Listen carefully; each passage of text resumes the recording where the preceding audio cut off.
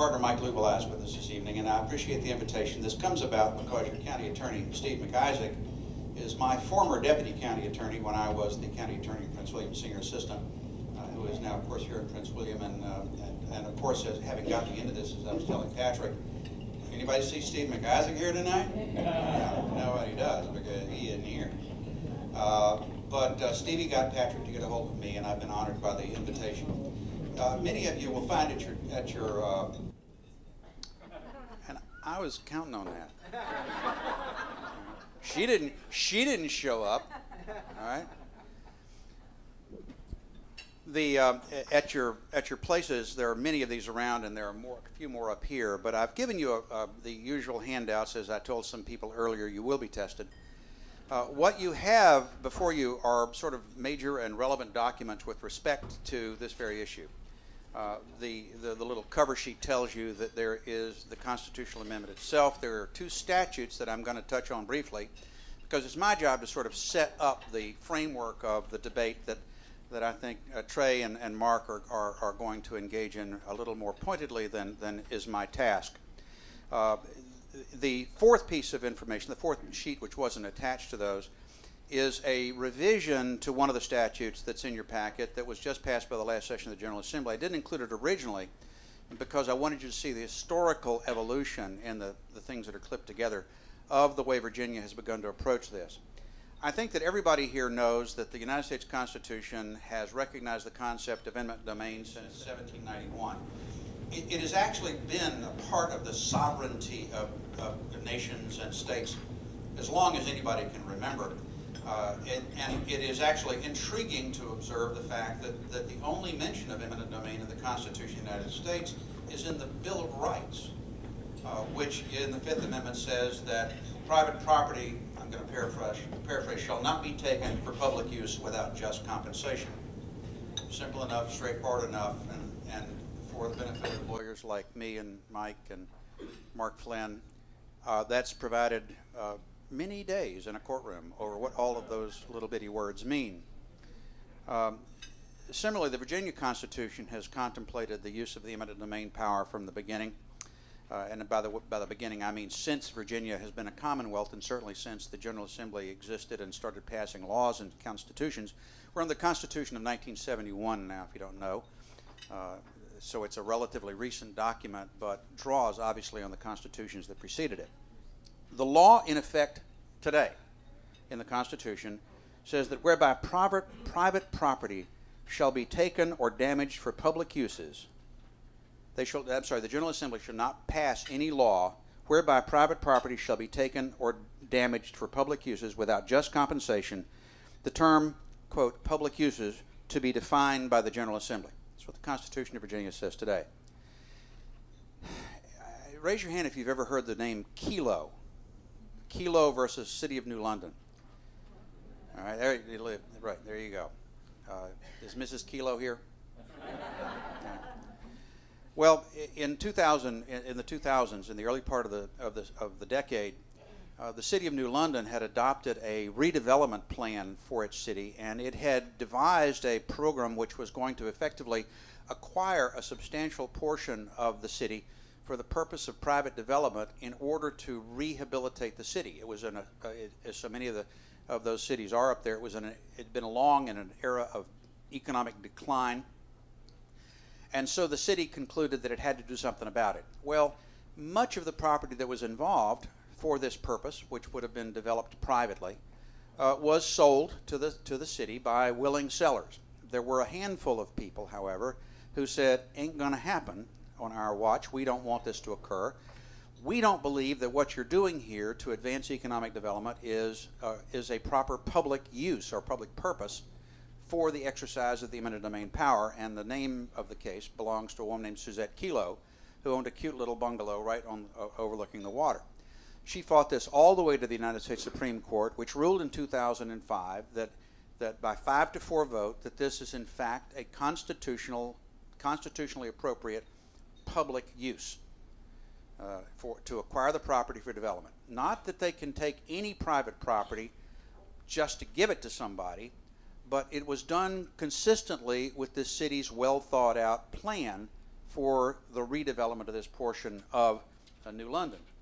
One of the most critical lines in the entire decision, and I'm sure you all want to read it because you're having some insomnia issues, but one of the most essential parts of this thing is when the Supreme Court said the petitioners, and that was in this case Suzette Kelo and her colleagues, urge the Supreme Court of the United States to adopt the new bright line rule that economic development does not qualify as a public use. Putting aside the unpersuasive suggestion the city's plan will provide only purely economic benefits, neither precedent nor logic supports their argument. Promoting economic development is a traditional and long accepted function of government. There is, moreover, no principled way of distinguishing economic development from other public purposes that the courts have recognized. Well, there appears to be in the Commonwealth of Virginia. Because what happened after that in 2007 is the second of the, or first or second of the materials that are before you. And that is that in 2007, the General Assembly passed a statute which is entitled Limitations on Eminent Domain, Section 1-219.1, which is, you can sort of look at this as a proto-constitutional amendment. This is the beginning of the process of Virginia's rethinking what happened after Kelo, because what Kelo did was to unleash an anti-Kelo activism movement in the United States in reaction to what had been done in that case. As I say, there were 4 dissenters: Justice O'Connor and the Chief Justice, Justice Scalia, and Justice Thomas. Justice Rehnquist was the Chief Justice at the time. So this anti-Kelo movement sees Virginia. This statute, and Patrick, you may remember better than I, but Rob Bell from Albemarle County. Rob, who is a very bright young man, was the principal author of this, and the speakers looked to Rob for some time for guidance in this area. I'm not going to go through this statute except to say that what this statute does, and you can peruse it at your leisure here, is it attempts to define what is an appropriate public use and creates certain procedural devices that a citizen may employ going to court with respect to a challenge to whether the action of the condemning authority, and that, as you know, can be a state government, it can be a county government, it can be an authority, a sewer authority, it can even be a railroad or a public utility, which also possesses the power of eminent domain. Then, of course, the General Assembly put before the voters, put before itself in 2011 a document which you will see. It's an amendment to Virginia's Bill of Rights, and this is the constitutional amendment that is being presented to the voters at this next general election, because, as I believe you probably know, in Virginia, the General Assembly must twice pass an identical version of a proposed constitutional amendment in succeeding sessions, and only then may it go on the ballot for the people to vote on. And so consequently, that's where it's been. It's been passed now twice in exactly this form, written by, among others, Delegate Bell. And what this does is to take those little words that say, the General Assembly shall not pass any law whereby private property shall be taken or damaged for public uses without just compensation, and the term public use is to be defined by the General Assembly, and it strikes that language and it creates an entirely new paragraph which manifestly attempts to expand on the way Virginia's Constitution addresses the issue of public takings, the use of the eminent domain power. Among other things, I think that this is significant, is that at the very last sentence it says, a taking or damaging of public property is not for public use if the primary use for which the property is being taken is for private gain, private benefit, private enterprise, increasing jobs, tax revenue, or economic development. In effect, directly in the face of the United States Supreme Court with respect to whether economic development, A, is a legitimate public purpose, or B, can be legitimately distinguished from other public purposes. Virginia is proposing to amend its Constitution to say that there most certainly is. The other thing this thing does is that today, there is no method for being compensated in a condemnation case for lost profits if a business is taken. And the Constitution now would permit that to be compensated under certain circumstances. Similarly, there are very detailed rules in Virginia with respect to when you be compensated for a loss of access. If suddenly they cut you off from from Wilson Boulevard when you previously had access. Now, briefly, I'm going to tell you that the other documents that you're going to be hearing about tonight, and of which you must know, are actually two statutes. The first of these is that if this passes, it goes into effect on January the 1st, 2013. Instantly and at the same time, the other statute that I provided to you here, which is an amendment to the General Condemnation Statutes of Virginia, will also go into effect. And what this does is it amends the existing definitions and creates a new section of the Virginia Code which attempts to define what constitutes loss of access, what constitutes lost business profits. Understand that you don't always get your lost business profits in this circumstance because there are several distinctions drawn in the Constitution and in this statute as to when you don't get them, which in my judgment may actually not change existing Virginia law nearly as dramatically as might otherwise seem. The final document that you have is the first statute that I told you about, adopted in 2007, which has been tweaked a bit to reflect the constitutional amendment, and it too specifically precludes the use of the eminent domain power for economic development purposes. With that, Patrick is showing me the little signs that say, sit down or you will be shot. And so I'm going to turn this over to Trey, and Gene, you going to introduce him?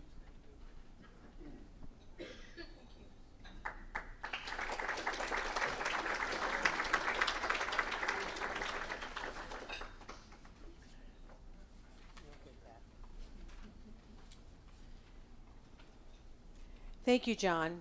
Our next speaker is Trey Davis of the Virginia Farm Bureau, the amendment's strongest supporter, who will present why this amendment is necessary to protect the property rights of all Virginians.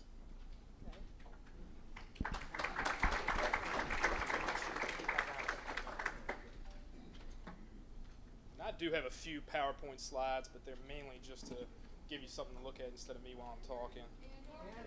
Give me 1 second. Good evening.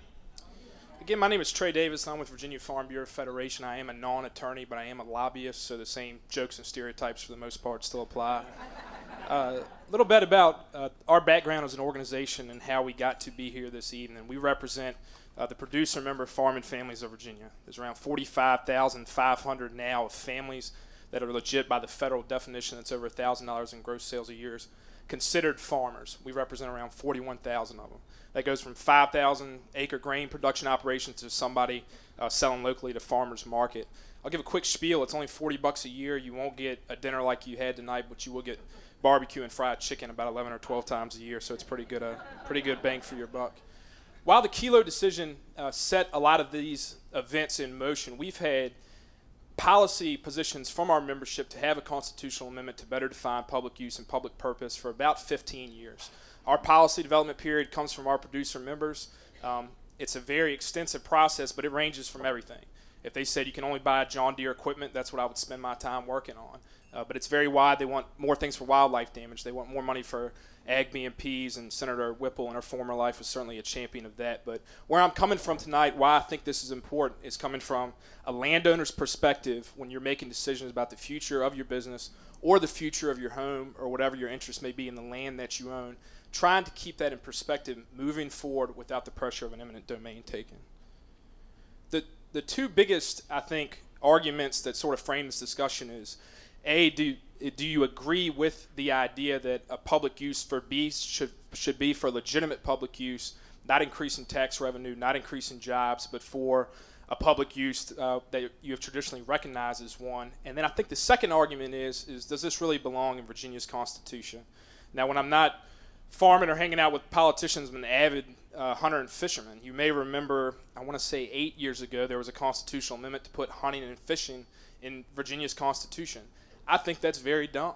I think when we open that door, you really open it up to, let's put driving in there. Let's put riding a horse in there. I mean, I really don't think you need every right you have as an individual enshrined in Virginia state constitution. Well, I think property rights is important in this specifically is because it is such a foundation to anything you want to do on your land. Home, business.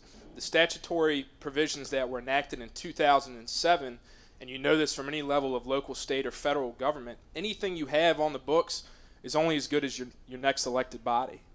and this wasn't mentioned earlier, and something a lot of folks don't know, when those statutory provisions passed in 2007, that constitutional amendment failed in the Senate by about 4 votes in the same year. They said, give us the statute and we'll come back and look at this in a few years and see if it belongs in the Constitution. I do think it is important to keep this in the Constitution. You see my last bullet point up there, and everyone knows this unless you've been living under a rock. Economic conditions right now are terrible.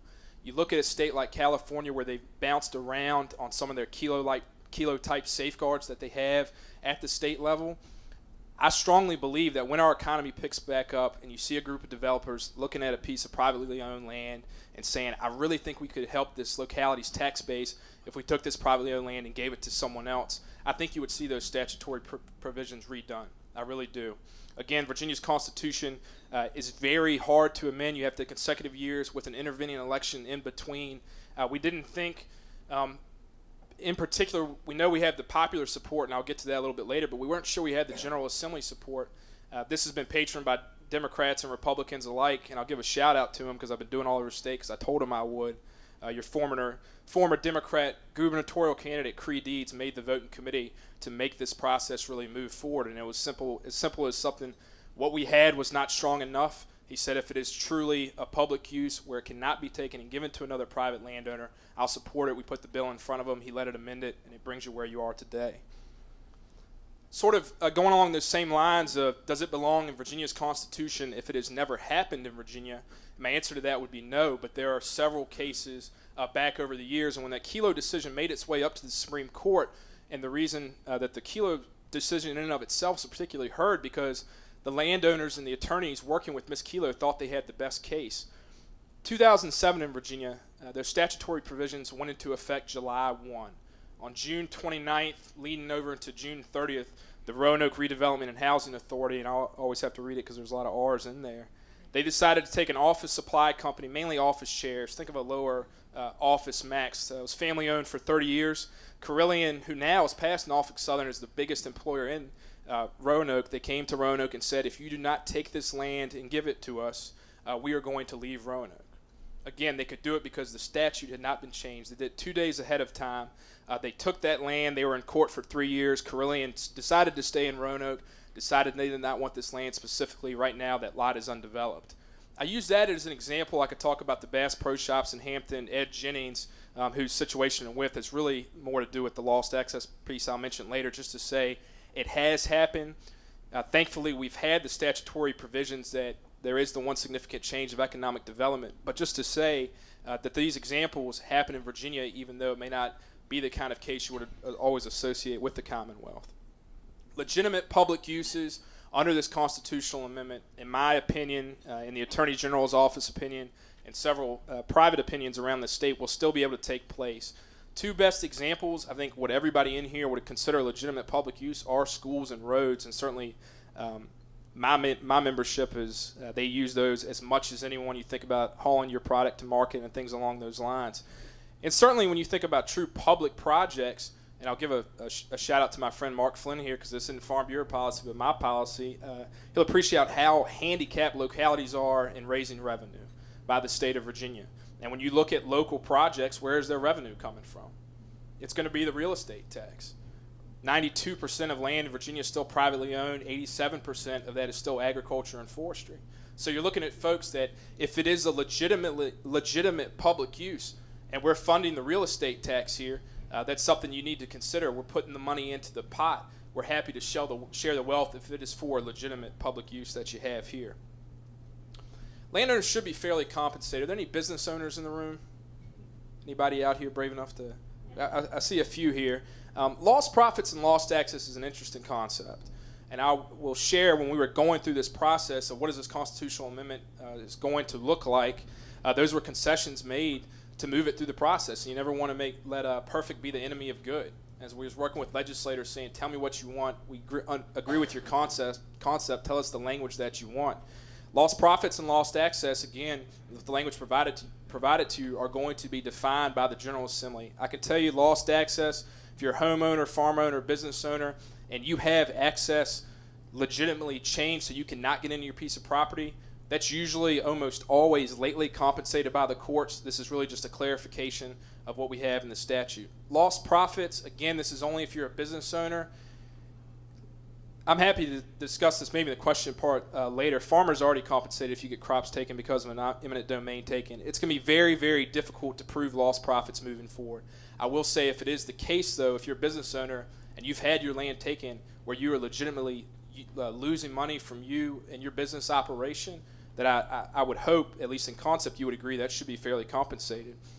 From the folks that represent landowners and also folks that represent the condemnors, whether it be locality, state, federal, VDOT, Dominion, anyone else, no one wants to go to court.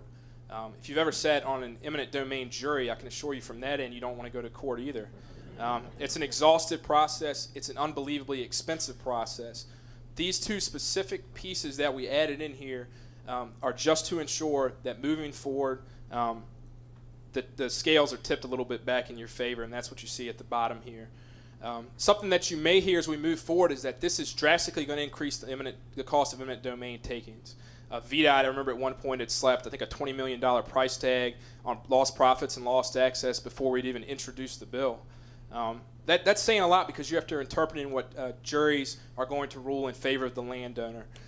What I will stand beside, and I think this is a concept I hope that would lead you to support question 1 as it will be on November 6th.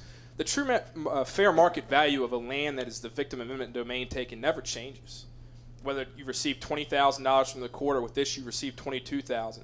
The cost is always going to be there. I think if it's for legitimate public use, the public should bear it. This just tips a little back in favor of the landowner. I might be a couple seconds over, Patrick, but I look forward to the rest of the discussion later and answering some questions. Thanks for having me.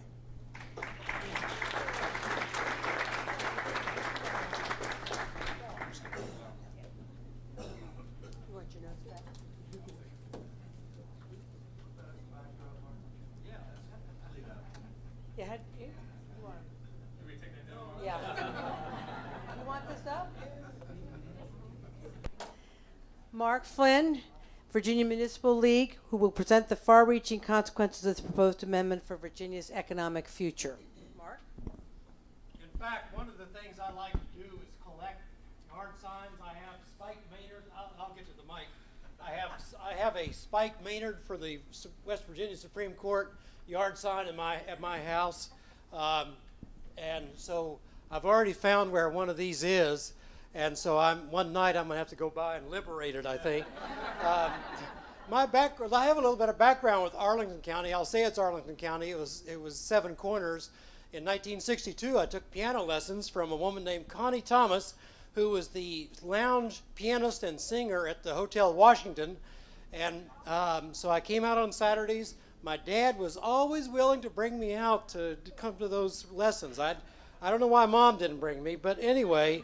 And I want to talk a little bit, very briefly, about the vote yes, vote no part. Virginia Municipal League is not doing any effort to get anybody to vote against this thing. If you all vote against it, hey, that's great. But, you know, and we're not, because the ballot question that you're going to see, and I'm going to read the part that most voters would actually bother to read, because, you know, our attention span is about 3 seconds. And so the question you're going to see on the ballot, shall the Constitution of Virginia be amended to require eminent domain only be exercised where private property is taken or damaged for public use? Well, now, who's going to vote against that, right? So the question is then, what is the amendment going to do then when it becomes law? There are two sayings that are applicable here. One lawyers use, and that is hard cases make bad law. And it was Wythe County was that farmer. It was VDOT building Interstate 77, and it was a complete mess from the very beginning. You know, that was one.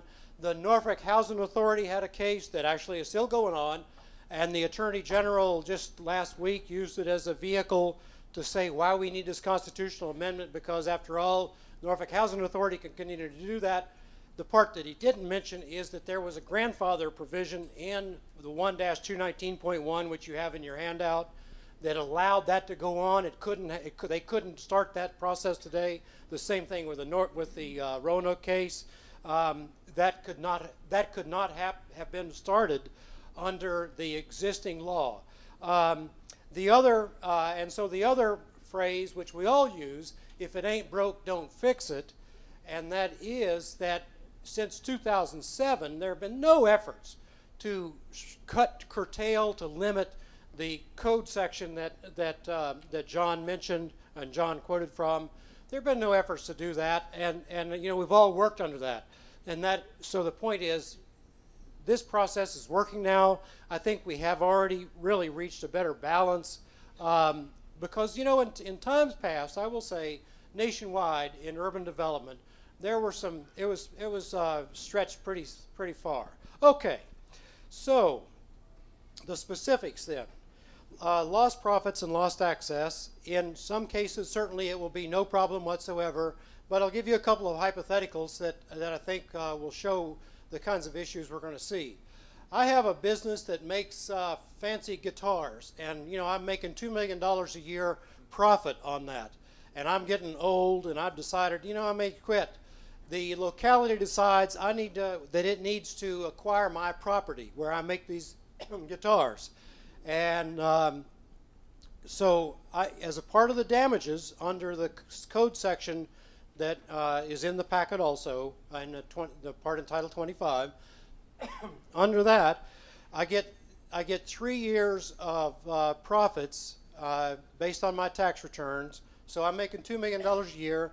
The county has to pay me $6 million in addition to the fair market value, and there are mitigating circumstances. There really are. Okay, the jury awards that $6 million lost profits because my shop's going to be out of business, and then I collect the money, and the next month I decide, you know what, I don't want to do this anymore. I'm just quitting. Well, then that's profits that I was never going to make anyway because I was quitting the business. And the Virginia Supreme Court had ruled for about 100 years, and it would come up every so often, that lost profits are too speculative. That when localities or when state buys property, they're buying the real estate, not a business, and that lost profits too speculative. And I think that kind of example, if somebody goes out of business, is why lost profits is too speculative. Let's say I have a Saab dealership, and I live in an area where people have a lot of money and are insane, so they all buy Saabs, and the locality needs to. I know there's some. I've had Saabs too. Don't worry. So. And so anyway, locality needs to buy that for a bus garage. Going to buy my business. Okay, I get my profits out of that because, I get my 3 years profits. And then the next day, Saab International says no more Saabs. I'm out of business anyway, but I get to keep those profits. Okay. The statute does say, it's one thing that's, I think it's going to lead to more litigation because the statute says when you make an offer, you don't have to include lost profits in your offer. Well, if I'm the landowner and the government comes to me and says, we're offering you, and your property's worth $100,000, they'll offer you $100,000, and then they didn't include, because the statute says they don't have to, they didn't include your lost profits. What am I going to do? I'm going to say, no, I'll see you in court, thank you very much. I think I'll fare better in court. So I think we'll see more litigation, which there's a silver lining. The lawyers get to charge their clients. And so, everything does have to have some good effects. One thing that is interesting under the lost profits, when VDOT does a project or when an airport authority does a project, there's a terrific amount of federal reimbursement money for that. The Federal Highway Administration and FAA will not reimburse, we're pretty sure, will not reimburse lost profits. So that means that's a local expense now instead of shared by the entire United States.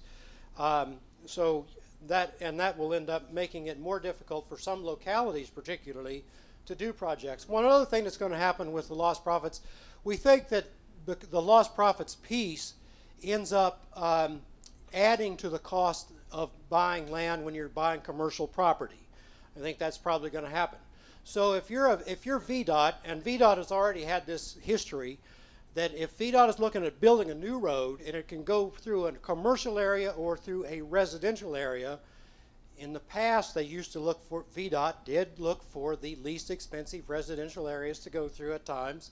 I think there will be more of that. That the citizens in their homes will be the ones who will be taken out, or their properties will be taken, and the businesses will be the ones that won't be. All right. The other part, I haven't seen the 1 minute sign yet, so I must be all right. The other part is on the what is a public use.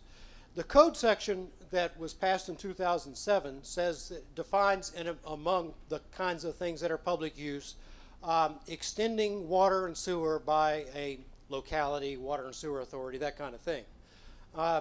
Now, if you're in an area and you're extending water and sewer lines where the people have failing wells, septic systems aren't working, there's pollution, that's going to be a public use. Nobody's ever going to argue about that.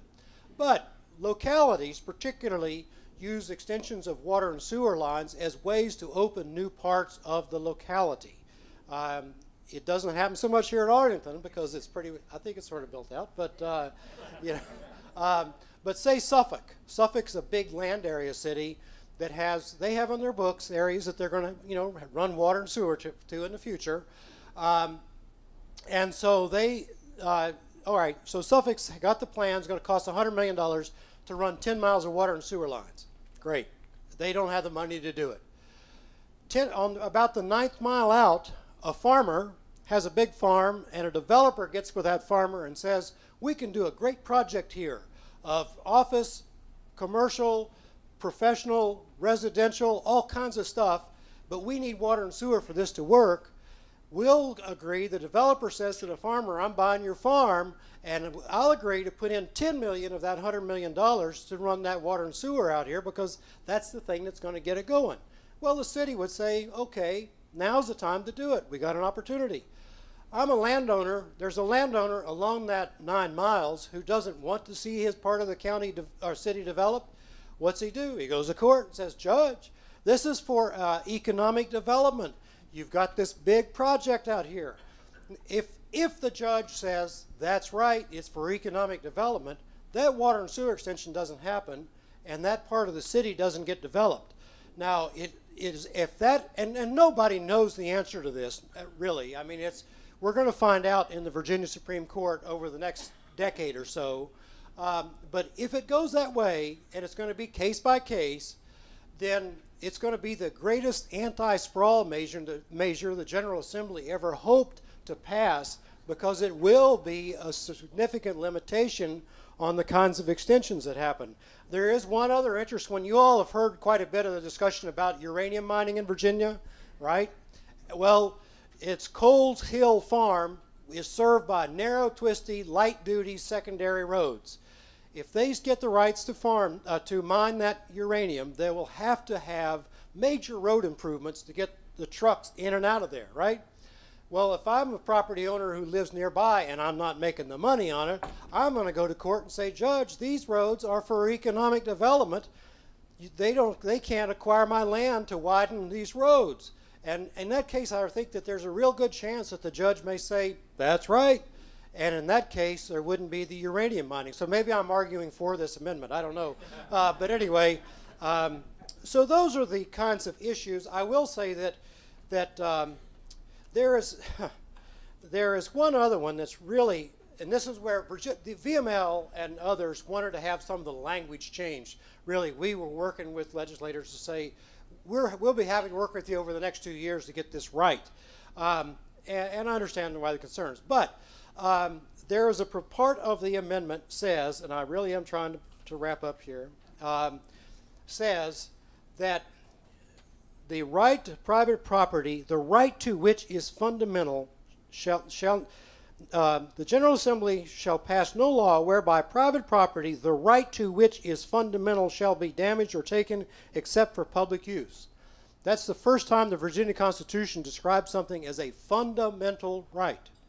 The Virginia Constitution does not define religious or speech rights as fundamental rights.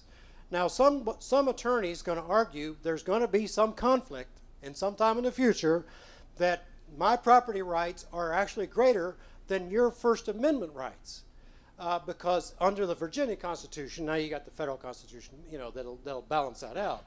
But you know, that's the kind of litigation, those are sort of the reasons why we wanted to have changes to the amendment. But that's where we think we're headed with, that's where we think the citizens of Virginia are headed with this, to spend more money on doing valid projects. So, thanks.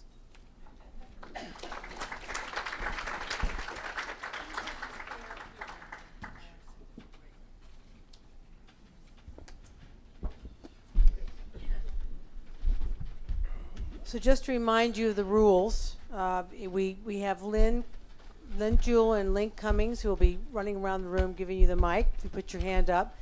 And we would like to have these questions in the form of questions, not in the form of some kind of statement about your position. So with that, So anyway, I gotta go get one of those. Yeah, I got some. Do you? I can't carry it tonight.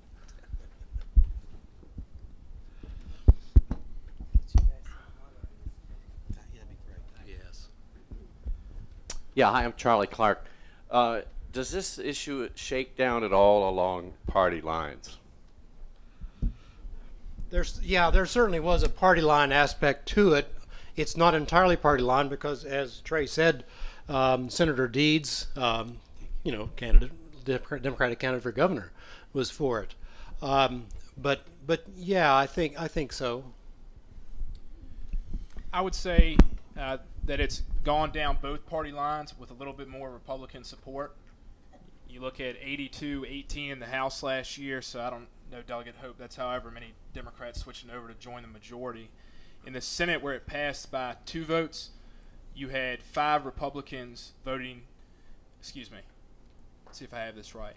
5 Republicans voting against it and 3 Democrats voting for it to get it where you were. I would also observe that Chuck Colgan, who is my dear friend and senator, said that any issue in the Virginia General Assembly is capable of spinning out of partisan control on any given day and at any given hour. He would not have said that 15 years ago, but that's the way he describes it today. I would concur with the observation. down in white shirt. Could you give us a sense of, I'm David Bowling, I'm a guest, thank you for having me.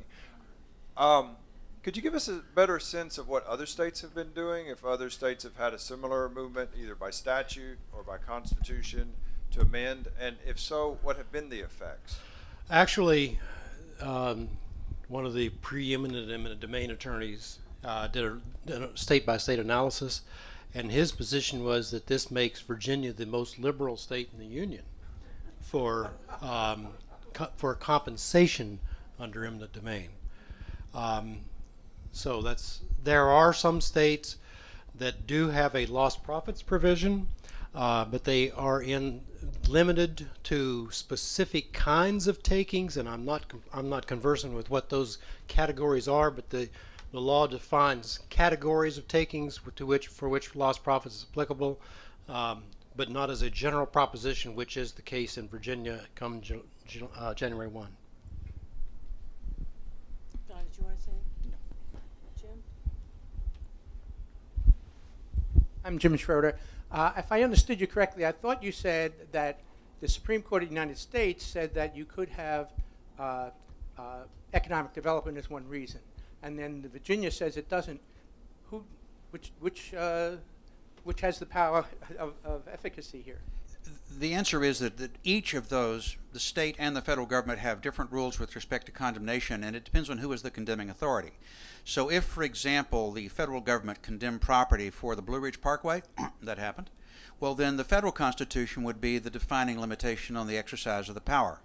If the state does it, that's when the state constitution comes in. So there's no real conflict between the two. Now, Mark raises a point that in his comments about what happens when there's a bunch of federal money that might be involved in a project for MWA or somebody else, and that's going to create twists and turns that we haven't seen yet, that'll be worked out, as he says, in the courts. To go back to the question of how many states are doing this, I'd also say that the anti-kilo activism that was generated after that decision has swept like wildfire over other states from throughout the nation. It is not a particularly southern or necessarily even a conservative state reaction. So we're going to be seeing more of this, in my judgment, but I agree that Virginia is at the forefront of whatever. And if I could follow up with that, I think of the number when I was conversing with my American Farm Bureau colleagues was 44 states have done some sort of anti-kilo is the wrong term, but reactionary to kilo type of reforms. And it sort of ties into your previous question, specifically along the lines of economic development. There's no state in their constitution that has excluded economic development from public uses. However, there are two states on the statute that do not allow economic development for public use, and the sky hadn't fallen yet. Good evening, Bob Atkins. Question on primary use. How is that calculated when you have things such as first floor retail rented out to the private sector in a government building, and or a government contractor providing services on government property? Where's the dividing line?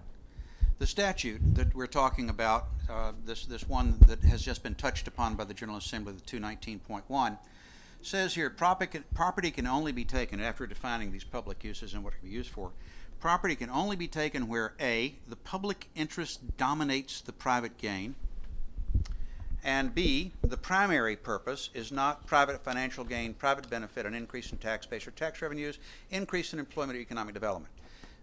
Well, I remember years ago writing legislation with Dickie Cranwell, and Dickie had this thing where he would just simply sit down and edit it with a pencil, and every third or fourth word he'd write reasonable, right? And so, Jay, you know, so then you spend the rest of your career arguing what's reasonable, and that's why the judges in Virginia get paid all the big bucks they do. That will have to be worked out as to what is the predominant use purpose. And eventually, presumably, there will be some kind of guidance from the courts that all of us can rely on. But right now, your guess is as good as mine. And in fact, on that, if I follow up a little bit, John had handed out there's a bill that was adopted. It's a separate piece of paper, that Chapter 626, and it says that the General Assembly realized that with the extension of water and sewer lines, that they were creating a problem with the constitutional amendment. I would say, and this bill was their attempt to fix that, because it says that for the purposes of taking property basically for water and sewer lines, a locality is to be treated as a public service company like Dominion or Verizon. Well, that's fine. It's nice bootstrapping. However, the Virginia Constitution says that a locality is not a public corporation, is not a public service corporation. So we think that they'll be litigating that issue. Did the General Assembly have the authority to pass this code section to try to fix the problem it knew it was creating? And by the way, in response to most lawyer jokes, I tell people that when they get in trouble, call their accountant.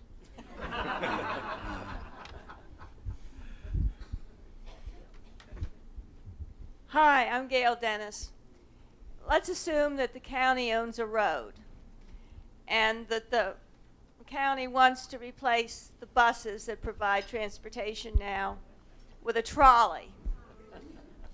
Would this amendment protect the property owners, residential and business along the side, that are currently along the sides of that street from having their properties taken?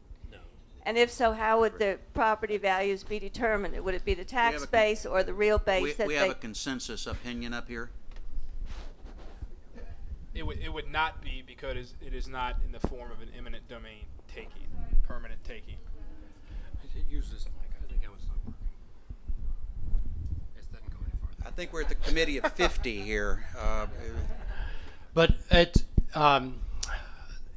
I would say, and I think that when you build a regular road, it's not to an industrial park, or you build a trolley that's really serves the public clearly, that's going to be a public use. Nobody's going to have any. You're not going to have fights over that so much. A road, right? If they don't take any additional property, well, obviously it's not a problem. But Right. they could, and that would be a proper public purpose.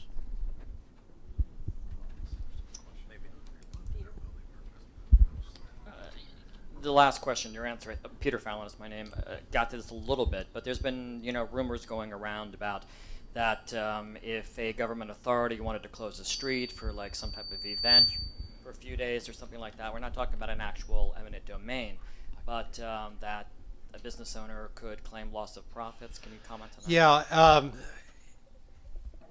First of all, the constitutional amendment says that the General Assembly shall define lost profits, lost access, which is why we have the section that the two sections that you have in the handouts. As initially introduced, when you close a street for a road project, or you close it for a street fair or that kind of thing, then there would have been an inverse condemnation action for that. For the lost profits, particularly lost profits, because if you can't open your doors, you lose profits. The legislation says that the lost profits piece and lost access piece, I think, does not apply to that kind of a street closing. I think that one of our friends who handles these cases for property owners will end up testing the issue of, does the power to define lost profits and lost access include the power to eliminate the right to lost profits and lost access, which is what they did with that legislation. The statute says that nothing in this section is intended to provide for compensation for inverse condemnation claims for temporary interference with or interruption of business or farm operations. Now, you probably know, maybe you don't know, inverse condemnation is a unique concept in condemnation law that applies when the government has not affirmatively exercised the eminent domain power, but by its action, either regulatorily or physically, deprived you of all or virtually all of your economic use of property.